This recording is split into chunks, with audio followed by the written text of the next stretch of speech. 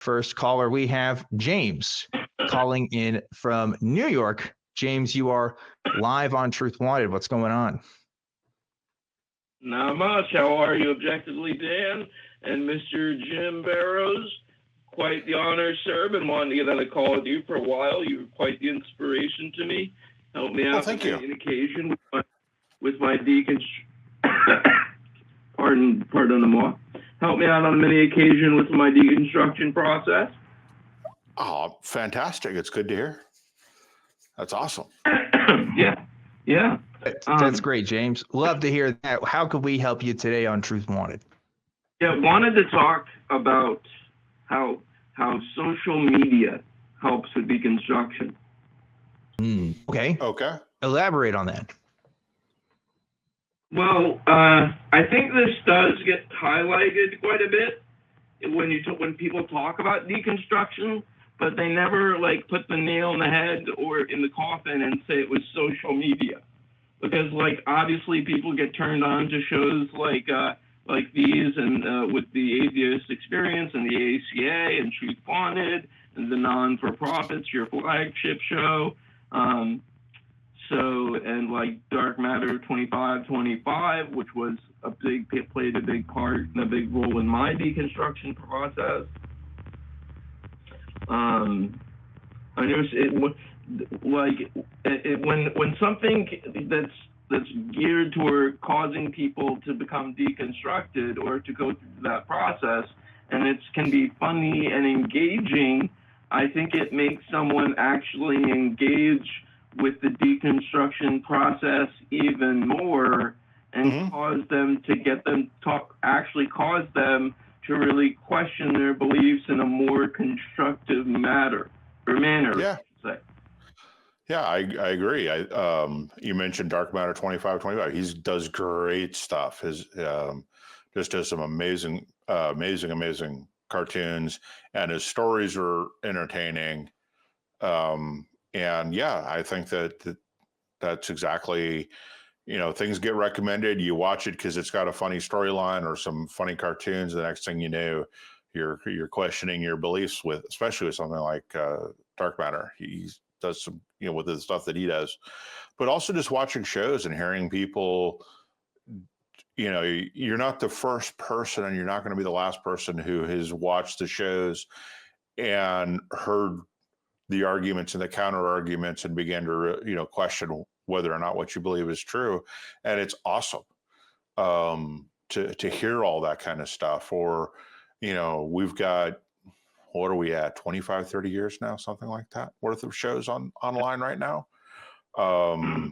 So yeah, and then everyone else is doing it as well, whether and now you've got science communicators coming on board, like Gutsick Gibbon and Neil deGrasse Tyson's had his stuff on for a while too. But there's a bunch of biology people are on now, and you've got other science oriented folks that are there doing all that stuff. So yeah, it is social media is definitely a game changer. I know, like, I have ADD, and listening to a talking head in school was one of the worst things possible for me. And yet I'll watch, Vice Rhino or Apologia, or a lot of talking heads, and it's far more entertaining to be on YouTube than it was in class. So, yeah, I think you're right. It's an important medium for doing that. How long have you been? Are you still deconstructing, or have you become an atheist? I would consider myself an agnostic atheist, anti-theist. Okay. With maybe a slight tendency to lean back to sometimes a lingering belief. But like in my head, it's kind of like Frodo, when Frodo is in the forest with Boromir, and Boromir tries to take the ring from Frodo, and he's using logic to do it. And Frodo says to him, "I know what you would say, and it would sound like wisdom, but for the heart of me." And I like when I'm in the moment and I go back to the old part of me that wants to believe in my former faith and former belief structure, I say like, oh, that all sounds like logic. Yeah, my doubts sound like logic, but for the heart of me, there's something romantic there that I'm trying to recapture and keep in my heart. And like, so I have to deal with that too. But that's just a part of the deconstruction process that will end in time, hopefully. Right. And that's also why I think calling it a deconstruction is probably the best way to go about it, because you are deconstructing these beliefs over and over and over again. It's not just one time.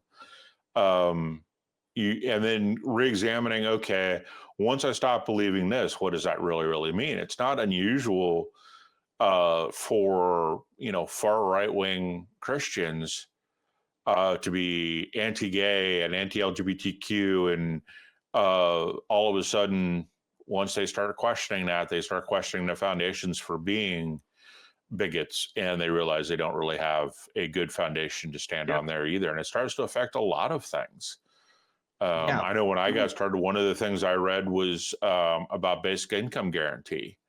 And that was kind of an eye-opener that actually works, guaranteeing people a basic income, allowing them to go to school and still be able to live out on their own, and picking up a little bit of doing a better job of welfare than we do now is actually beneficial to society. That was the start of me deconstructing out of my right-wing views. So yeah. There's a lot of people who escape cults, right? And what versions of cults you could ever, there's tons of different definitions, there's different ideas, but I'm just talking broadly, commonly accepted kind of stuff, right? One of them being there was a cult called The Source that in its heyday in the 70s. I saw a documentary on a few years ago, and they were doing interviews with people who used to be in the cult, and I was surprised by the number of people that's really talked about how they miss those times. How, in fact, some of those times they said were in some ways some of the best times of their life. And you're thinking, what's going on? Because they're being obviously abused. They're having to work, days on end without real pay, in menial labor, just to fulfill the wishes of this cult leader and stuff like that. It's because they had a sense of purpose that they didn't get in the world after that. In a way, they felt a sense of belonging. There was a sense of community there.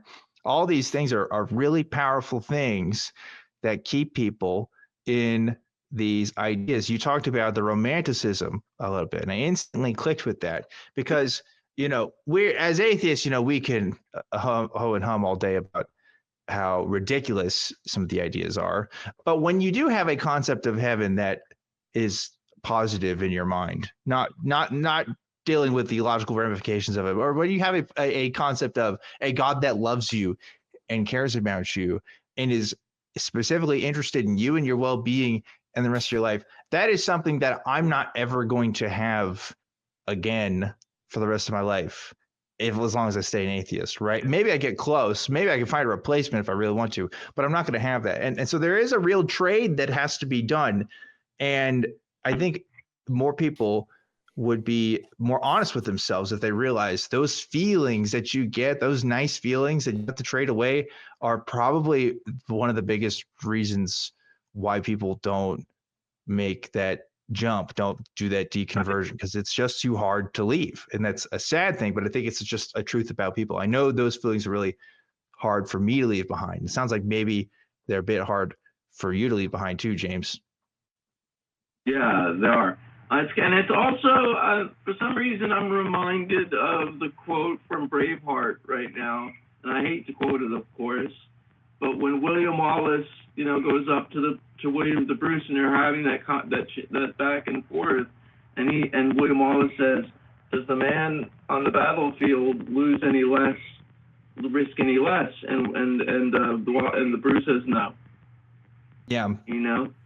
But I think sometimes the man who gives up his faith for a higher moral and ethical and ideal of truth gives up and risks more than the man who keeps his faith in his high, lofty castles in the skies above the rain clouds and the thunderstorms. Because we come to truth and we come to mathematics and science, and there's a lot of cold hard facts in mathematics and science. Yeah. That level of acceptance is just kind of hard. You were talking about the military too. It's a similar phenomenon with folks who are leaving the military. You know, there's a lot of folks that talk about depression. They talk about how awful it is after they leave, because they leave that sense of structure. They leave that sense of purpose. They leave that sense of organization and higher purpose there. I mean, there's some similarities there, but we're ultimately social creatures. You can accept or reject as many philosophical propositions as you want at the end of the day, but at the end of the day, we're gonna socialize on some level. We're gonna be interacting and working with other people in some way, which is one of the reasons why I advocate for communities like the atheist community of Austin, because we do matter, because we do have to have places of refuge. And you know what? If somebody watches our shows for a couple of years and then says, oh, hey, I used to watch their stuff 10 years ago and I were there when I needed it and I don't watch it anymore. I hear that stuff all the time. And guess what? That's absolutely fine. Totally fine. I'd much rather work in a place of activism where people can, you know, be there and be here in a place where they need it. And if they want to move on and do something else, you know, that's cool too. I don't know where you're at with your journey, James. Sounds like you're still thinking some stuff through, but it sounds like you've made a lot of progress for you. So hopefully you give yourself a pat on the back for that. Congratulations for the hard work that you've done to get to the place where you're at. Yeah. Yeah. Well, thank you guys for taking my call. Yeah, thank you. Anything else you want to share before we let you go? Mr. Jim Barrows. Yeah, Mr. Jim Barrows, you're so great. Honored to talk to you one more time. Thank you. Yeah, the honor is mine, sir. You still go to the back cruise every year or every now and again? I am going to try and go to the back cruise this year. No promises at the moment, but we'll see how it goes. Heck yeah. Okay, maybe you'll see me there. Alrighty, James. Yeah. Thanks so much. Have a great rest of your weekend.